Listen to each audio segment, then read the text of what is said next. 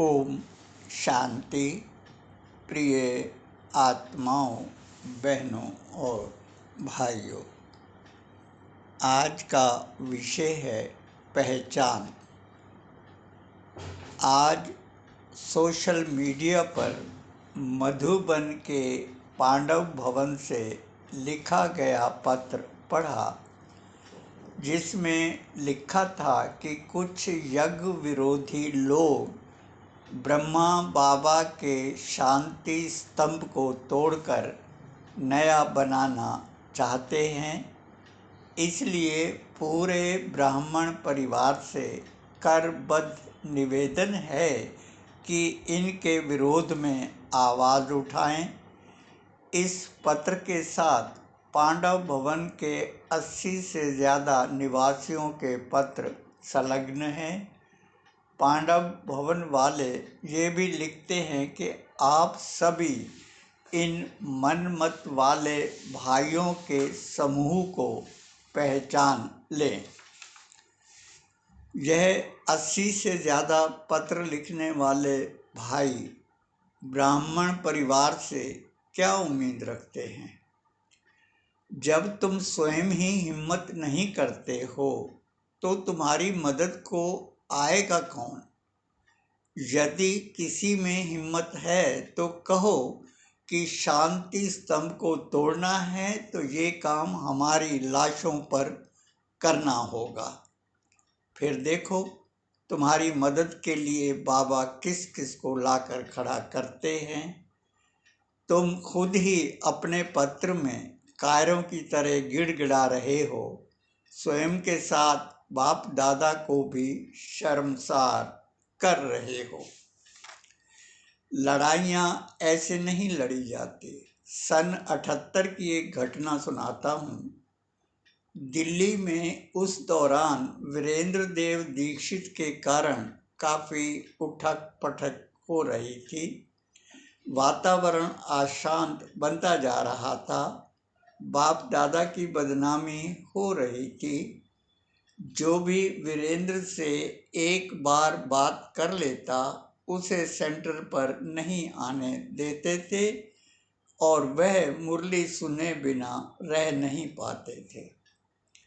धीरे धीरे माहौल जब और ज़्यादा खराब होने लगा तब गुलजार बहन, जो उस समय जोन इंचार्ज थी, से कहा कि ये सब अपने ही तो बहन भाई हैं, इन्हें बुलाकर बातचीत कर लो।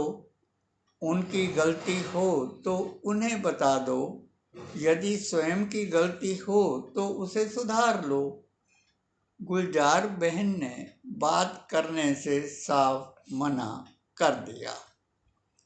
यही बात जगदीश जी से भी कही थी तो उनका जवाब था कि इन्हें तो माया खा गई, ये सब मर गए हैं।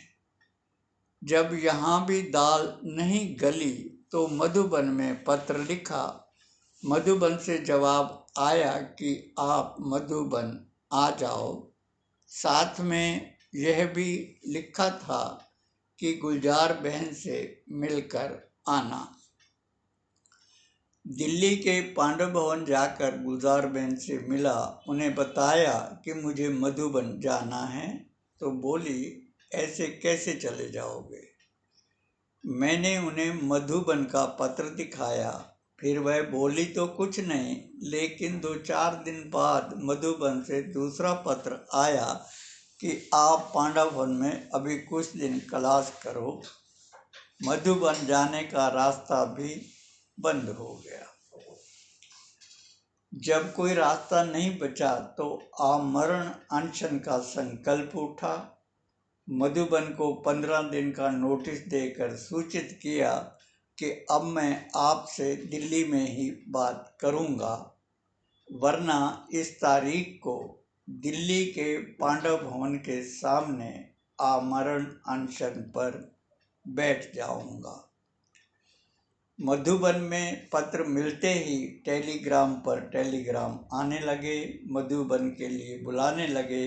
मेरा जवाब था कि पत्र को फिर से पढ़ लें।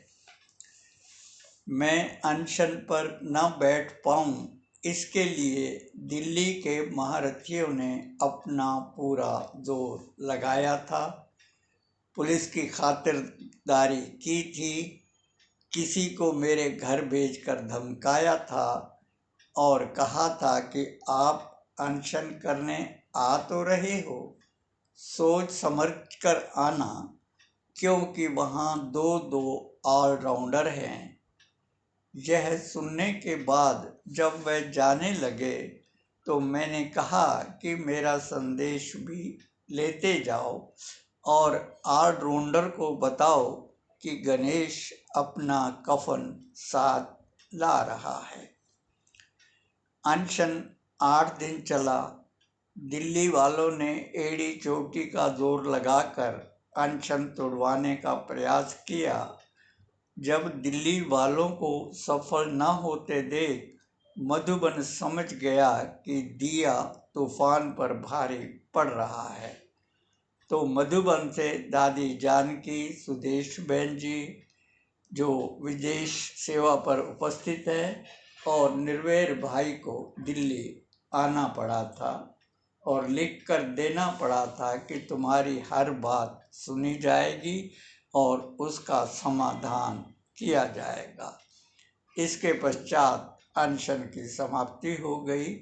यहाँ ये भी बता दूं कि मेरे साथ मेरी युगल आशा भी अनशन पर बैठी थी।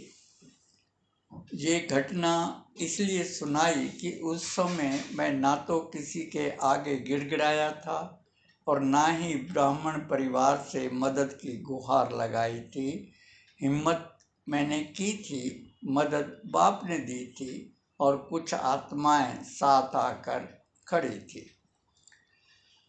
पांडव भवन निवासियों, इस समय समस्या शांति स्तंभ की नहीं, समस्या है मन मत चलाने वालों से यज्ञ को मुक्त कैसे किया जाए, यज्ञ को सुरक्षित कैसे बनाया जाए, उनकी जगह बाबा के सच्चे बच्चों को सामने कैसे लाया जाए जो यज्ञ को श्रीमत प्रमाण चला सकें, सबको साथ लेकर चल सकें, बाबा के कहे अनुसार पांडव गवर्नमेंट की पार्लियामेंट बना सकें और ट्रिब्यूनल का गठन कर सकें, जहां सबकी सुनवाई हो, सबकी बात सुनी जाए। ध्यान रहे, परिवर्तन घर से ही होना है।